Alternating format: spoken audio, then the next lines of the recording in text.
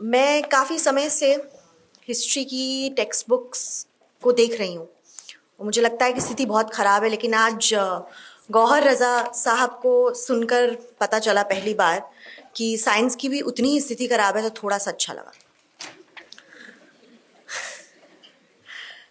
लेकिन मैं फिर से यही बात कहूँगी जो मैं बहुत बारी कह चुकी हूँ कि अगर आप सोशल साइंस की टेक्स्ट बुक्स देखेंगे, इतिहास की टेक्स्ट बुक्स देखेंगे, तो बहुत ख़राब स्थिति है।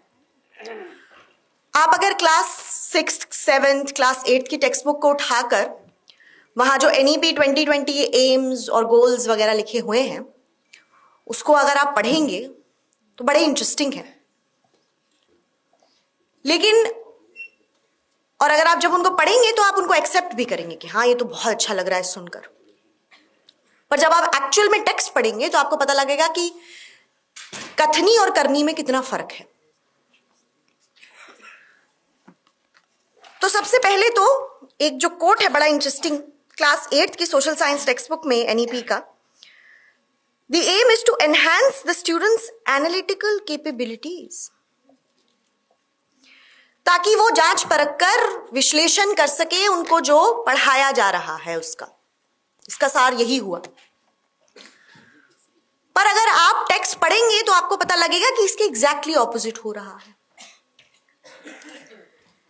कैसे देंगे आप उनको एनालिटिकल कैपेबिलिटीज जब आप पहले ही डिसाइड कर लेंगे कि इंडियन हिस्ट्री में कौन विलेन था और कौन हीरो था? खुद ही से आप वैल्यू जजमेंट दे देंगे कि जितने भी सुल्तान आए, जितने भी मुगल रूलर्स हुए, सब खराब थे, सब ब्रूटल हैं, सब क्रूअल हैं। कक्षा 6ठी से 8वीं तक की अगर आप किताबें देखेंगे तो सिर्फ 8वीं के दूसरे चैप्टर में, जिसमें सुल्तानों और मुगलों का जिक्र हुआ है, क्रूअल और ब्रूटल टर्म यूज हुआ है। अदरवाइज किसी और चैप्टर में नहीं है। कोई और राजा इंडियन हिस्ट्री में ब्रूटल और क्रूअल नहीं था। ये कंक्लूजन NCERT ने पहले ही बना लिया है और परोस दिया है। खुद से बच्चों को ये कंक्लूजन पे आने के लिए ऐसा कुछ भी नहीं दिया गया है ताकि बच्चा खुद इक्विप हो सके, सोच सके कि क्रूअल्टी के मायने क्या है, ब्रूटैलिटी के मायने क्या है। पहले ही आपने डिसाइड कर लिया है कि अकबर भी ब्रूटल था और बाबर तो खैर क्रूअल है ही। डार्क एज आपने पहले ही टर्म इंट्रोड्यूस कर दिया। क्या मायना है भाई डार्क एज का? वो नहीं, डिस्क्रिप्शन नहीं है डार्क एज की। डार्क एज का क्या मायना है नहीं बताया है। बस ये जान लीजिए कि सुल्तानों और मुगलों का दौर डार्क एज था। कहां से आ रहा है ये टर्म? बड़ा इंटरेस्टिंग है। टेक्निकली हिस्ट्री में मिडिल एजेस के लिए यूज होता था ये, पर एकेडमिक्स ने तो कब से इसको डस्टबिन में डाल दिया है, क्योंकि इस टर्म का मतलब होता है कि कुछ अच्छा नहीं हो रहा है इतिहास में, कुछ सही नहीं हो रहा है। लेकिन ह्यूमन हिस्ट्री में ऐसा कभी कोई पीरियड हुआ ही नहीं जहां प्रोग्रेस ना हो। तो इसीलिए ये टर्म को हिस्टोरिकल माना गया और खत्म कर दिया गया। लेकिन ये टर्म यहां से नहीं ला रहे हैं। आप सावरकर पढ़ेंगे तो टर्म वहां से आ रहा है। एक है गोल्डन एज, जो कि एंशिएंट इंडिया है। शाकाज और हुनस के आने से पहले आर्यन एज को वो गोल्डन एज मानते हैं। फिर उसके बाद आती है डार्क एज, जिसमें शाकाज और हुनस से ही शुरू हो जाता है। क्यों? क्योंकि अहिंसक आइडल खराब आइडल है, एफेमिनेट आइडल है। उसने हमारी सिविलाइजेशन को वीक कर दिया सावरकर के हिसाब से। तो वहां से शुरू हो गई डार्क एज। बुद्धिज्म का आइडल है बुद्धिज्म, इसीलिए सावरकर के हिसाब से बहुत अच्छा नहीं है, क्योंकि वह हिंसा का आइडल लेकर आया। उनके हिसाब से नेशन को हाइपर मैस्कुलिन होना चाहिए, मर्दानगी। आयरॉनिकली अहिंसा के ही आइडल की वजह से हमें इंडिपेंडेंस मिली, इसमें कोई डाउट नहीं है, चाहे वो कितना भी स्पिन कर लें इसे।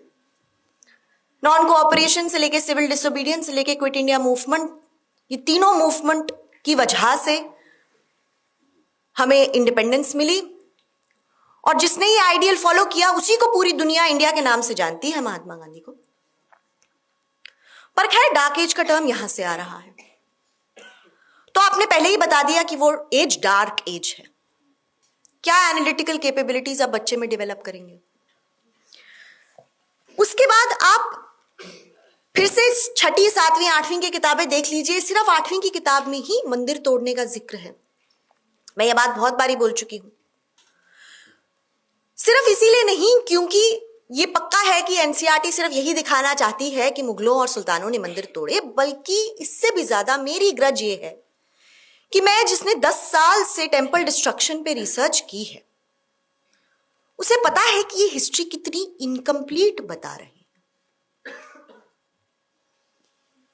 क्योंकि सिर्फ क्लास 8 में ये लिखा हुआ है कि सिर्फ धर्म के नाम पे, आइकॉनोक्लाज्म के नाम पे मंदिर टूटे, ये बिल्कुल गलत है।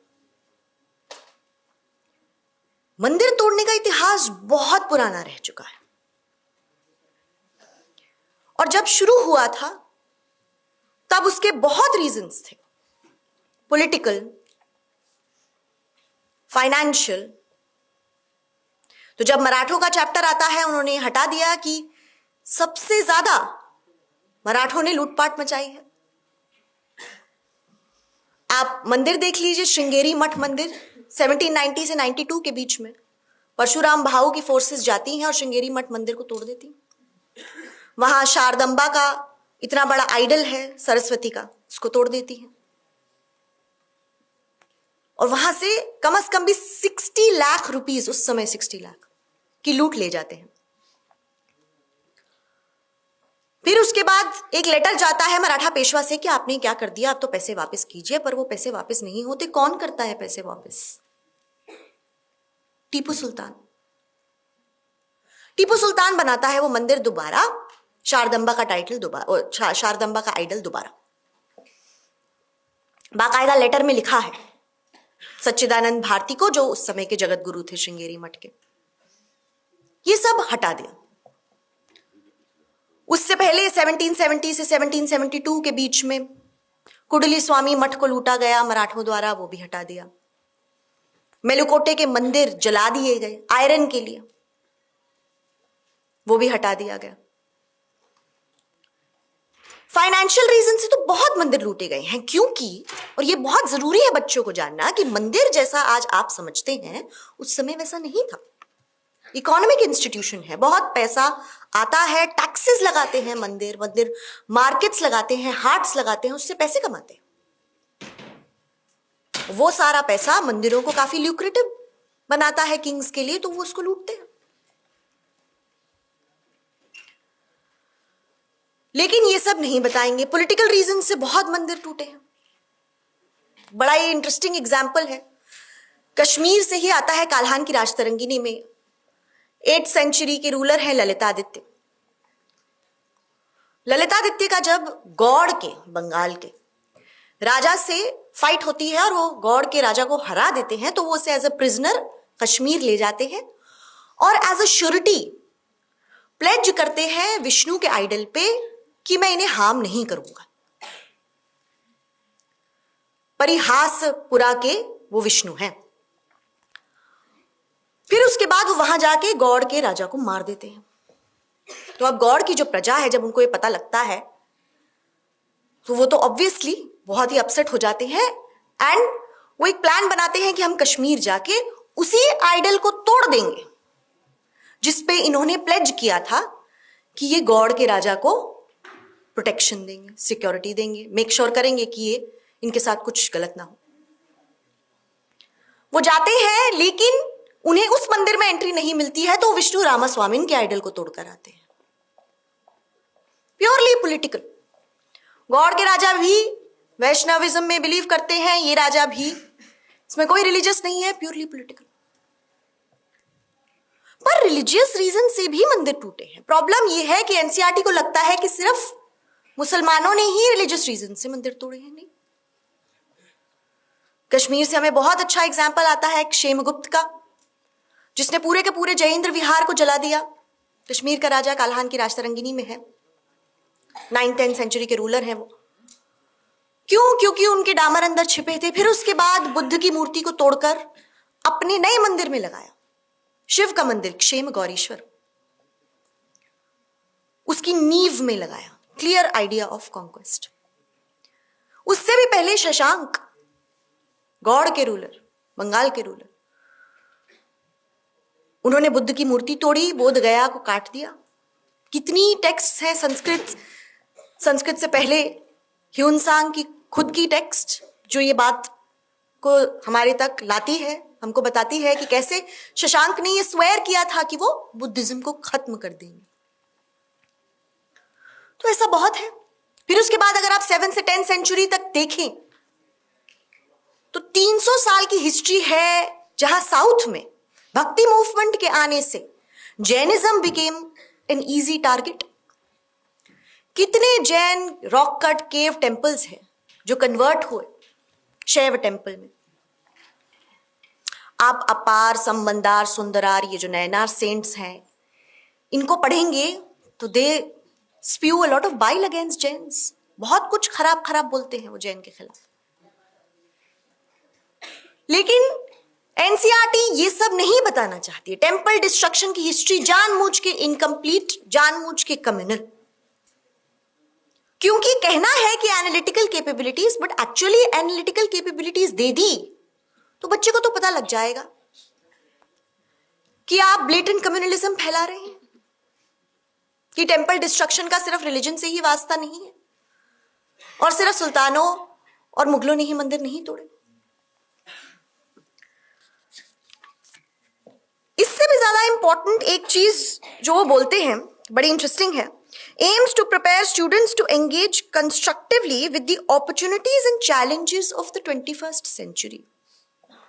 दो challenges हैं 21st century के, कास्ट डिस्क्रिमिनेशन और कम्युनलिज्म, दोनों ही हटा दिए एनसीईआरटी ने। अगर आप बारीकी से, और ये बड़ी समझदारी से काम हो रहा है, अगर आप बारीकी से क्लास 6 को, क्लास 7, क्लास 8 की किताबों को पढ़ेंगे तो वर्ड कास्ट को रिप्लेस करके सोशल रियलिटीज कर दिया गया। कास्ट एक बड़ा ही स्पेसिफिक और यूनिक सिस्टम है सबकॉन्टिनेंट का। ऋग्वेद के टाइम से लेके अब तक अनचैलेंज चलता ही आ रहा है। चैलेंजेस हुए हैं बट कोई भी ऑब्लिटरेट नहीं कर पाया कास्ट सिस्टम को। और भी ज्यादा जरूरी हो जाना चाहिए कि हर बच्चे को पता हो कि ये कितना डेंजरस और कितना इंसिडियस इंस्टीट्यूशन है और इससे कितनी डिस्क्रिमिनेशन फैलती है। लेकिन आपने जानबूझ के कास्ट वर्ड डिलीट कर दिया। अनटचेबिलिटी की जो रेफरेंस है क्लास 6 में वो हटा दी गई है। वर्ना सिस्टम की रेफरेंसेस हटा दी गई। वर्ना सिस्टम में जो डिस्क्रिमिनेशन इनहेरेंट है वो हटा दी गई। फिर उसके बाद बिरसा मुंडा, जो कि बहुत बड़े स्वतंत्रता के सेनानी थे, रेवोल्यूशनरी थे, उन्होंने हिंदू लैंडलॉर्ड्स के खिलाफ भी ऑपोजिशन की थी। हिंदू लैंडलॉर्ड्स डिलीट कर दिया गया है एनसीईआरटी से। सिर्फ बताया गया है कि उनकी ऑपोजिशन थी क्रिश्चियन मिशनरीज से, क्योंकि वो तो एजेंडा में फिट होता है। पर हिंदुइज्म और हिंदू लैंडलॉर्ड्स के खिलाफ थी, वो एजेंडा में फिट नहीं होता, तो हम वो डिलीट कर देंगे। फिर उसके बाद रायट्स हटा दिए। गोधरा 2002 के रायट्स हटा दिए। बाबरी मस्जिद का डिमोलिशन की हिस्ट्री हटा दी। उसके बाद के रायट्स हटा दिए। क्यों? जब पूछा गया दिनेश साकलानी जी से, जो एनसीईआरटी के हेड हैं, तो उन्होंने कहा कि हमें पॉजिटिव सिटीजन्स बनाने हैं, नेगेटिव डिप्रेस्ड सिटीजन्स नहीं। अगर आप जान जाएंगे कि इंडिया में बड़ा सांप्रदायिकता फैली है, कम्युनलिज्म फैली है, तो इससे आप नेगेटिव सिटीजन बन जाएंगे। क्योंकि एनसीईआरटी के मन में यह है कि अगर एक स्टूडेंट खुद से पढ़ेगा, खुद से समझेगा, फैक्ट्स समझेगा, तो क्वेश्चंस पूछेगा, डेमोक्रेसी, सेक्युलरिज्म के मायने समझेगा, सरकारों से कल जाके क्वेश्चन पूछेगा। तो इसीलिए ये सब हटाना बहुत जरूरी है। उसको समझ आ जाएगा कि गोधरा राइट्स क्यों हुए, बाबरी मस्जिद की पॉलिटिक्स में कौन सी पार्टी इसका हाथ है, ये सब। कल को वो तो बड़ा समझदार बन जाएगा। तो समझदार जो सिटीजन है वो नेगेटिव सिटीजन है, वो डिप्रेस्ड सिटीजन है, होगा ही डिप्रेस्ड। देखिए क्या हो रहा है। और जो बेवकूफ स्टूडेंट है वो पॉजिटिव स्टूडेंट है, उसके पास क्रिटिकल एनालिसिस की एबिलिटीज नहीं है। और ये सब कैसे आएगा क्रिटिकल एनालिसिस, जब आप फैक्ट्स परोसेंगे। फैक्ट्स ही हटा दिए। अब आर्यन माइग्रेशन तो बेसिस है इस सरकार का, हिंदुत्व के आइडियोलॉजी का। और ये बताना कि आर्यन माइग्रेट नहीं हुए, यहीं से बाहर गए, रिवर्स आर्यन माइग्रेशन हुए। पर जेनेटिक स्टडीज तो उल्टा कहती हैं कि तो ईरान से आए यहां, तो उन्होंने क्या किया कि जेनेटिक स्टडी को ही मैनिपुलेट कर दिया। एनसीईआरटी की क्लास 12th में सेल में जो स्टडी हुई है उसको रिपोर्ट तो किया गया है, लेकिन कहा गया है कि ये स्टडी प्रूव करती है कि आर्यन जो थे वो यहां से बाहर गए। अरे नहीं, कहां से प्रूव करती है ऐसा? कहीं नहीं लिखा उसमें ऐसा। सेल की स्टडी बड़ी सिंपल स्टडी है, हड़प्पन जीन को आइसोलेट करती है वो हड़प्पन स्केलेटल रिमेन्स से इंडस वैली के, और कहती है कि इसमें कोई आर्यन जीन नहीं है। क्यों होगा? क्योंकि वो हड़प्पन है तो नहीं होगा। इससे प्रूव होता है कि हड़प्पन जीन अलग है, आर्यन जीन अलग है। जो दूसरी स्टडी है जो प्रूव कर देती है कि 1500 BCE ऑनवर्ड्स आर्यंस यहां से आना शुरू हुए ईरान से। साइंस में, जो साइंस नाम के जर्नल में है, 150 साइंटिस्ट, आर्कियोजेनेटिसिस्ट, हिस्टोरियंस ने मिलकर लिखी है। वो कहती है कि जो सेकेंड मिलेनिया का सेकेंड हाफ है 1500 BCE से हमें आर्यन जो जीन है वो मिलना शुरू हो जाता है। यहां पर से क्लियर हो जाता है कि उस समय ये लोग वहां से आ रहे हैं। पर ये स्टडी का कोई तो जिक्र ही नहीं है एनसीईआरटी में, सिर्फ सेल वाली है, और उसका भी एकदम निहायती मैनिपुलेटेड वर्जन, ऑल्ट फैक्ट्स जिसे कहते हैं कि आर्यन माइग्रेशन तो सिर्फ एक थ्योरी है, कि ये भी थ्योरी है कि यहां से आर्यंस गए, और देखिए इसके लिए जेनेटिक स्टडी। फिर उसके बाद कल्चरल असिमिलेशन जब मेंशन्ड है तो वो सिर्फ और सिर्फ अहोम्स के लिए मेंशन्ड। बड़ा इंटरेस्टिंग है कि कैसे भारत, जिसका इतिहास रहा है फॉरेन इन्वेजन्स का, कब से हो रहा है, starting with Aryans of course, पर वो तो खैर ये मानते नहीं है। पर बाकी इन्वेजन्स को कैसे झुटलाएंगे भाई? तो कह दो कि बाकी इन्वेजन्स जो हुई वो तो कल्चरली असिमिलेट हो गई, चाहे वो अहोम्स हो, चाहे वो शाकाज हो, कुशान्स हो। लेकिन सुल्तान और मुगल का जब जिक्र होता है तो कल्चरल असिमिलेशन टर्म नहीं है, तब कॉन्कर्ड टर्म है।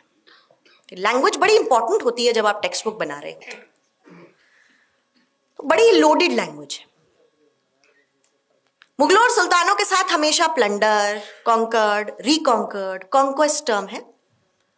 और जब आप अहोम्स को देखेंगे तो कल्चरल असिमिलेशन। सुल्तान और मुगल यहां पर आके कल्चरल असिमिलेटेड हुए ही नहीं। जो आप लोग सब इतने सारे कुर्ता पहन के आए हैं, ये बाकायदा प्रूफ है कल्चरल असिमिलेशन का। 16-17 सेंचुरी से चला आ रहा है। पहले जामा के नीचे पहना जाता था कुर्ता, नीम जामा कहते थे उसको। फिर उसके बाद उसमें बदलाव हुए, अचकन बना, अचकन से फिर शेरवानी, सबकी शादियां ही उससे होती हैं। फिर बंद गला, जो प्रधानमंत्री खुद भी पहनते हैं, वो भी एक तरीके का अचकन है। वो भी, उसका भी शुरुआत मुगल से हुई, और लखनऊ के कोर्ट्स में, अवध के कोर्ट्स में वो अचकन बना। जो हम खाना खाते हैं उसमें कितना कल्चरल असिमिलेशन है। सिर्फ बिरयानी जो लोगों को बहुत याद रहती है वो ही नहीं, जो प्याज की तरकारी हम बनाते हैं, जो ग्रेवी बनाते हैं, वो सब सुल्तानों और मुगलों ने पॉपुलराइज की। समोसा जो हम खाते हैं वो सुल्तानों के समय से आ रहा है। इतना टेक्नोलॉजिकल रेवोल्यूशन सुल्तानों के समय में हुआ। पर्शियन व्हील जो आप आज भी खेतों में देखेंगे इरिगेशन के लिए यूज होता है, वो सुल्तानों के समय में आ रहा है। स्पिनिंग व्हील जिससे टेक्सटाइल मैन्युफैक्चरिंग बड़ी रेवोल्यूशनाइज हुई, वो सुल्तानों के समय में आ रहा है। ये सब का कोई जिक्र नहीं है एनसीईआरटी किताब में, बिल्कुल नहीं। सिर्फ ये जिक्र है कि अलाउद्दीन खिलजी गए साउथ में, उन्होंने बड़े सारे हिंदू सेंटर्स को अटैक किया, कि अकबर ने चित्तौड़ में बड़े सारे लोग मार दिए। जो एक्चुअल सोशो कल्चरल इंपैक्ट है, जो वैसे भी बताना चाहिए, नेगेटिव पॉजिटिव क्या फर्क पड़ता है, वो तो बताया ही नहीं।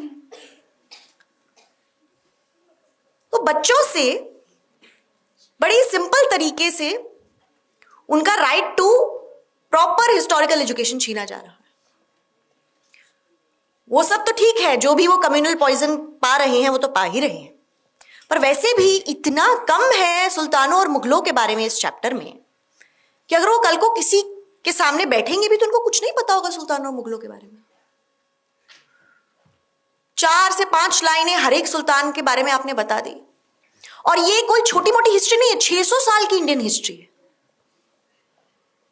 उसको आपने एनसीईआरटी टेक्स्ट बुक्स में 15 से 20 लाइन में सिमटा दिया है। क्या होगा उससे? एंड मेरी प्रॉब्लम ये भी है कि गौहर रजा साहब कह रहे थे कि एटलीस्ट 30 से 40 लाख लोग तो 11वीं 12वीं में साइंस लेते हैं, यहां तो वो भी नहीं है। इतिहास तो लोग लेते ही नहीं है 11वीं 12वीं में, क्योंकि ये माना जाता है कि पहले तो इतिहास लेने से क्या फायदा है, सबसे पहला क्वेश्चन। और ये मैं अपने एक्सपीरियंस से कह रही हूं। मेरे 10वीं में 94% नंबर आए थे, 94%, और मेरा बहुत घमासान हुआ था घर में। तो सबने कहा था साइंस लो, साइंस लो, इतिहास पढ़ के क्या करोगी। पर खैर मुझे तो जुनून था इतिहास पढ़ने का, तो मैंने पढ़ लिया। पर ये तो 11वीं 12वीं तक भी नहीं आएंगे बच्चे। 6ठी से लेके 10वीं तक जो भी कम्युनल जहर इन्हें मिलेगा, और अगर 11वीं 12वीं में आ भी गए तो सेम टेक्स्ट बुक्स, और उसके बाद कॉलेजों में भी अब यही हो रहा है। आप अगर कॉलेजेस के कोर्सेज देख लीजिए, बड़े इंटरेस्टिंग कोर्सेज, जो वैल्यू एजुकेशन कोर्सेज इन्होंने इंट्रोड्यूस किए हैं दिल्ली यूनिवर्सिटी में। क्या तो कोर्सेज हैं, वो एक कोर्स है एंशिएंट ट्रेडिशंस पे शायद, या एंशिएंट एथिक्स पे, बड़ा इंटरेस्टिंग है। उसमें भारतवर्ष का जिक्र है, जाम्बू द्वीप का जिक्र है, पर हिंद का कहीं जिक्र ही नहीं है। और क्या मतलब है भारतवर्ष का और जाम्बू द्वीप का? अगर आप देखें हिस्ट्री में, अभी कुछ दिन पहले यूपी के सीएम कह रहे थे कि भारत तो महाभारत में भी मेंशन है। नहीं, वो भारत तो ट्राइब है। जब वो कहते हैं कि भारत जन्मे दुर्लभम, मतलब कि भारत का जो ट्राइब है भारतास, उसमें जन्म लेना दुर्लभ है, लैंड की बात नहीं हो रही। ये जो आइडिया आ रहा है कि भारतवर्ष जो टर्म था ये पूरे का पूरा सब कॉन्टिनेंट, कभी भी नहीं। थोड़ी सी भी अगर आपने इतिहास पढ़ा होगा, 1st सेंचुरी एडी की जो खारवेला की हाथीगुम्पा इंस्क्रिप्शन है, उसमें वो कह रहे हैं कि मैं भारतवर्ष से लड़ाई कर रहा हूं। वो खुद ओडिशा के हैं, कलिंग के। तो क्या मतलब हुआ भारतवर्ष का? सब कॉन्टिनेंट पूरा का पूरा तो नहीं हुआ। इसका मतलब कलिंग भारतवर्ष का हिस्सा था ही नहीं, कोई और लैंड है। सेम विद जाम्बू द्वीप, अशोक के डोमिनियंस को डिपिक्ट करता है। पहली बार जो सब कॉन्टिनेंट को एक एंटिटी का दर्जा मिलता है तो अरब्स के द्वारा मिलता है। अल हिंद, अफगानिस्तान से लेके इंडियन ओशन को एक एंटिटी मानते हैं। पर ये सब ना तो कॉलेजेस में मिलेगा आपको, ना स्कूल्स में मिलेगा। और प्रॉब्लम ये है कि बातें आप हाईफल्यूटिंग कर लीजिए कि हमने एनालिटिकल कैपेबिलिटीज देनी है, चैलेंजेस के बारे में सेंसिटाइज कराना है, पर आपकी किताबों में बिल्कुल ऑपोजिट है। आप जानबूझ के चैलेंजेस छुपाएंगे कास्ट के, कम्युनलिज्म के। आप जानबूझ के फैक्ट्स ऑब्लिटरेट करेंगे, बिकॉज आपको एक क्रिटिकली एनालाइजिंग स्टूडेंट नहीं चाहिए, एक क्वेश्चनिंग स्टूडेंट नहीं चाहिए। आपको चाहिए वो स्टूडेंट, वैसे भी हिस्ट्री के साथ तो ये माना ही जाता है, हिस्ट्री को तो पहले से ही लोग बड़ा बोरिंग मानते हैं, पढ़ाई बहुत खराब तरीके से जाती है क्लासेस में। मुझे खुद पता है 6ठी 7वीं में जब मैं थी तो हमें कहा जा रहा था कि इंपॉर्टेंट पॉइंट्स को बस हम अंडरलाइन करा देंगे, उसको याद करके एग्जाम में लिख देना। तो मुझे तब हिस्ट्री बिल्कुल नहीं पसंद। मुझे तब पसंद आई जब मैं 8वीं कक्षा में थी। वो क्योंकि वो टीचर का बड़ा एंथुजियाज्म था, बड़े पैशन से वो बताती थी हिस्ट्री, तो मुझे बड़ी पसंद आ गई। Teacher can really make and break a students career, ये तो है। इसीलिए बहुत जरूरी है एक सशक्त टीचर का होना, एक समझदार टीचर का होना। और इसीलिए जैसे गौहर रजा साहब कह रहे हैं, ये लोग वो चांस भी नहीं लेना चाहते। ये चाहते हैं कि जो हमने लिखा है बस वही पढ़े बच्चे। टीचर अपना दिमाग लगा देगी और कॉन्टेक्स्ट ऐड कर देगी किसी चीज के लिए, तो फिर तो बड़ी प्रॉब्लम हो जाएगी। तो इसीलिए इनके लिए बड़ा जरूरी है कि ये सब लिख के दे दे, बच्चे इसको रट के एग्जाम में पास हो जाएंगे, दैट्स इट। जो हिस्ट्री के लिए क्रिटिकल थिंकिंग चाहिए होती है, ये नहीं डेवलप कराना चाहते, ना यहां ना कॉलेजेस में। आप रिक्रूटमेंट्स देख लीजिए कॉलेजेस की, सिर्फ एमए और नेट क्वालिफाई हो गए, बताइए। जो पीएचडी थे उनको निकाल दिया गया है एज टीचर्स। और ये सिर्फ डिग्री की बात नहीं है, ये एक्सपीरियंस की भी बात है। मैंने आज ये इसलिए कहा कि मैं टेम्पल डिस्ट्रक्शन पे 10 साल से पढ़ाई कर रही हूं, क्योंकि अगर 5 साल कर रही होती तो कम होती, 10 साल ज्यादा है। एक्सपीरियंस का फर्क पड़ता है। तो वही इंसान जिसने सिर्फ एमए तक हिस्ट्री की पढ़ाई की है और पीएचडी तक हिस्ट्री की पढ़ाई की है, दोनों में फर्क है। वो ज्यादा परिपक्व है पीएचडी वाला, in all objective means, objectively speaking. पर वो ये चांस नहीं लेना चाहते, क्योंकि अब ये बात है ही नहीं कि एक्सपर्टीज को तवज्जो दी जाए। एक्सपर्टीज से क्या फर्क पड़ता है? जैसे कि गौहर साहब ने कहा कि अगर बाबाओं को एजुकेशन कमिटीज में जगह मिल रही है तो क्या मतलब है एक्सपर्टीज का? कोई भी बन जाएगा। तो उससे क्या फर्क पड़ता है कि आपकी एमफिल है, पीएचडी है, क्या नहीं है, क्या फर्क पड़ता है? कोई नहीं।